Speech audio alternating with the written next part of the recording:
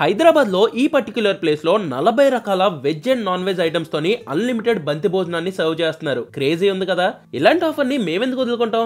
అందుకే నేను మా ఫ్రెండ్ కలిసి ఆటో ఎక్కి కొండాపూర్ లోనే భలే బంతి భోజనంకి వచ్చేసాం. ఈ రెస్టారెంట్ తలక ఎగ్జాక్ట్ అడ్రస్ వచ్చేసరికి కొండాపూర్ కిమ్స్ హాస్పిటల్ పక్కన సాహితీ సుధా స్క్వేర్ బిల్డింగ్ లోని 4th ఫ్లోర్ లో ఉంటుంది. ఈ బిల్డింగ్ లో చాలా రెస్టారెంట్స్ ఉంటాయి. అందుకే లిఫ్ట్ లోకి 4th ఫ్లోర్ కి రాగానే రైట్ సైడ్ లో మీకు భలే బంతి భోజనం అని ఉంటది. ఈ రెస్టారెంట్ కి ఎంటర్ అవుతున్నప్పుడే మనకు ఒక విలేజ్ వైబ్ అయితే వచ్చేస్తుంది. ఎంట్రన్స్ లోనే మనకి 2 ఎద్దుల బండి ఉంటది. మధ్యలో నుంచి పైకి వచ్చిన 3వ ఎద్దు ఎవరని చూడకండి, అది నేనే. మావాడు చూసారా పులిహోర కలుపుతూ ఎద్దుల బండితో ఎలాగాడుకుంటున్నాడు. ఇంక ఇక్కడ చూసారా ఎద్దు కూడా తల ఊపుతూ మనకి స్వాగతం పలుకుతుంది. నైట్ అయితే మంచి లైటింగ్ కూడా పెడతారు. అండ్ ఇక్కడ బయట పంతులు గారు కూర్చొని ఉంటారు. కట్టిన డబ్బులకి గట్టిగా అన్లిమిటెడ్ ఫుడ్ తినాలని చెప్పి దీవెనలు తీసుకొని వెళ్ళండి. అండ్ ఇక్కడ మీకు రైట్ సైడ్ లో నుయ్యి కూడా ఉంటది. ఆ నుయ్యిలోని బకెట్ అయితే చాలా పెద్దగా ఉంటది. వాటర్ కూడా చాలా లోతుగా ఉంటది. పడిపోతారు, జాగ్రత్త.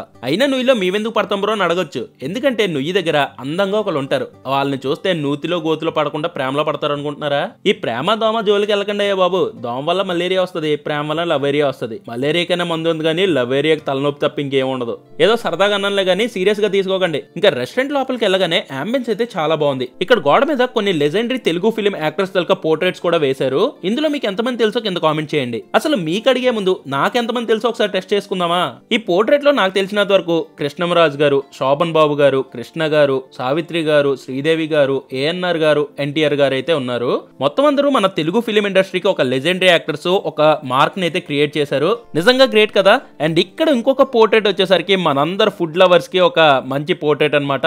ఇక్కడ ఉన్న వ్యక్తి ఎవరు అండ్ ఈ సీన్ ఏ మూవీలో మీకు తెలిస్తే కింద కామెంట్ చేయండి. గోడ మీద పోర్ట్రేట్స్ అయితే మనకు ఒక విలేజ్ వైబ్ అయితే ఇస్తుంది. ఇంక ఇక్కడ ఫుడ్ విషయంలోకి వస్తే మనం బంతి భోజనంలోని వెళ్ళగానే ఫస్ట్ ఒక వెల్కమ్ డ్రింక్ అయితే ఇస్తారు. అది మనం తాగేలోపు మన ముందు అరిటాకు తెచ్చి పరిచేస్తారు, నీట్ గా క్లీన్ చేసి. దాని మీద ఒక్కొక్కటిగా నోరూరించే ఫుడ్ ఐటమ్స్ అయితే పెడతారు. ఇంకా లిస్ట్ విషయంలోకి వస్తే ఫస్ట్ అయితే ఒక స్వీట్ కట్మిర్చి. చిన్నప్పుడు మనం గొట్టాలు తినేవాళ్ళం కదా, ఆ గొట్టాలు కూడా పెట్టారు. దాంతో పాటు 2 చికెన్ స్టార్టర్స్ పెట్టారు. తర్వాత puri, chicken curry, mutton curry, prawn curry and egg bhurji పెట్టారు. రైస్ ఐటమ్స్ లోకి వస్తే జీరా రైస్, బగారా రైస్ అండ్ పులిహోర పెట్టారు. అండ్ పక్కనే రాగి సంకటి, దాని మీద నెయ్యి వేశారు. ఇంకా పికిల్స్ లో వచ్చేసరికి mutton pickle, chicken pickle, PRAN pickle అని వెరైటీస్ ఉన్నాయి. దాంతో పాటు చేపల పులుసు, వైట్ రైస్ పెట్టారు. అంతటితో అయిపోయిందా? రసము, సాంబారు, దోసకాయ పప్పు, ఆలు టమాటో కర్రీ, గుత్తి వంకాయ కర్రీ, ఇలా అనుకుంటూ పోతే దగ్గర 38 నుంచి 40 వెరైటీస్ ఆఫ్ ఐటమ్స్ పెట్టారు ఈ బంతి భోజనంలోని. అండ్ ఫైనల్ గా మనం తినడానికి ఐస్ క్రీమ్, సోంపు, స్వీట్ పాన్ కూడా. ఫస్ట్ అయితే వాళ్ళు ఇచ్చిన వెల్కమ్ డ్రింక్ తాగాం. చల్లగా చాలా బాగుంది. ఇంకా నా ఎక్స్ప్రెషన్ చూస్తే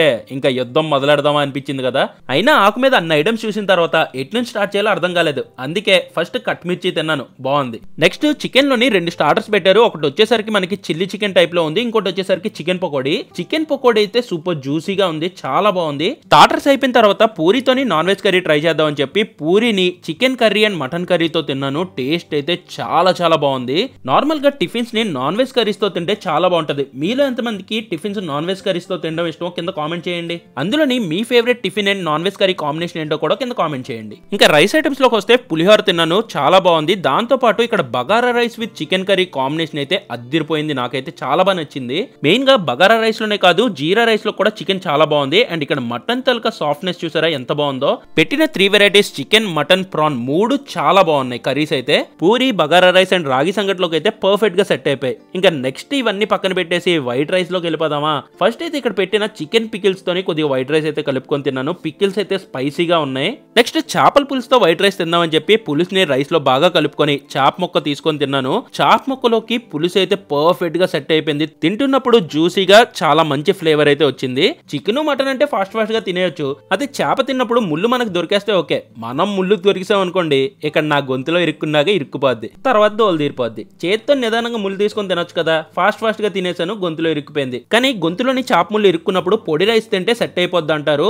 ట్రై చేశాను, సెట్ కూడా అయింది. మీలో ఎంతమంది చాప ముళ్ళకి భయపడిపోయి అసలు చాప తినడమే మానేశారో కింద కామెంట్ చేయండి. నాకైతే చేపల పులుసు ఇష్టం, బట్ అప్పుడప్పుడు ఇలా జరుగుతూ ఉంటది, ఏం చేయలేం. అండ్ నెక్స్ట్ వచ్చేసరికి మనకి ఇక్కడ పప్పు, సాంబార్, రసం, పచ్చి పులుసు అని చాలా వెరైటీస్ ఉన్నాయి. వైట్ రైస్ లోనే అన్ని కొద్ది కలుపుకొని తినేసాను. మొత్తానికి ఒక పట్టు పట్టేసాను ఈ భలే బంతి భోజనాన్ని. మెయిన్ గా లాస్ట్ లో నాకు నచ్చిన కాంబినేషన్ ఏంటంటే అన్నంలో సాంబార్ కలుపుకొని, చిన్నప్పుడు మనం తినేవాళ్ళం కదా గొట్టాలు పెట్టుకొని తింటే అద్దిరిపోయింది. ఫైనల్ గా పెరుగన్నం తినకపోతే భోజనాన్ని ఎండ్ చేయలేం కదా. అందుకే అన్నంలో కొద్దిగా పెరుగు కలుపుకొని తినేసి ఈ భోజనాన్ని ఎండ్ చేశాను. ఇక్కడ బంతి భోజనంతో పాటు పలావ్స్, బిర్యానీస్ అని చాలా వెరైటీస్ ఉంటాయి, అవి కూడా ట్రై చేయొచ్చు. భోజనం ఎండ్ అవగానే లాస్ట్ లోని ఐస్ క్రీమ్ తెచ్చేస్తారు. ఇంత ఫుడ్ తినిన తర్వాత ఐస్ క్రీమ్ తింటే అదొక లెవెల్ ఆఫ్ సాటిస్ఫాక్షన్ అనిపిస్తుంది. దాంతో పాటు సోమ్ ప్యాకెట్లు, స్వీట్ పాన్ పాన్ కూడా ఇస్తారు. ఐస్ క్రీమ్ తిని ఒక 5 నిమిషాలు గ్యాప్ ఇచ్చిన తర్వాత మంచి స్వీట్ పాన్ వేస్తే సెట్ ఉంటది. ఫుడ్ కూడా బాగా అరుగుతుంది. ఇంకా ప్రైజెస్ విషయంలోకి వస్తే 40 వెరైటీలతో సర్వ్ చేసిన అన్లిమిటెడ్ నాన్ వెజ్ బంతి భోజనం వచ్చేసరికి 749 రూపీస్, వెజ్ బంతి భోజనం వచ్చేసరికి 549 రూపీస్. అన్ని ఐటమ్స్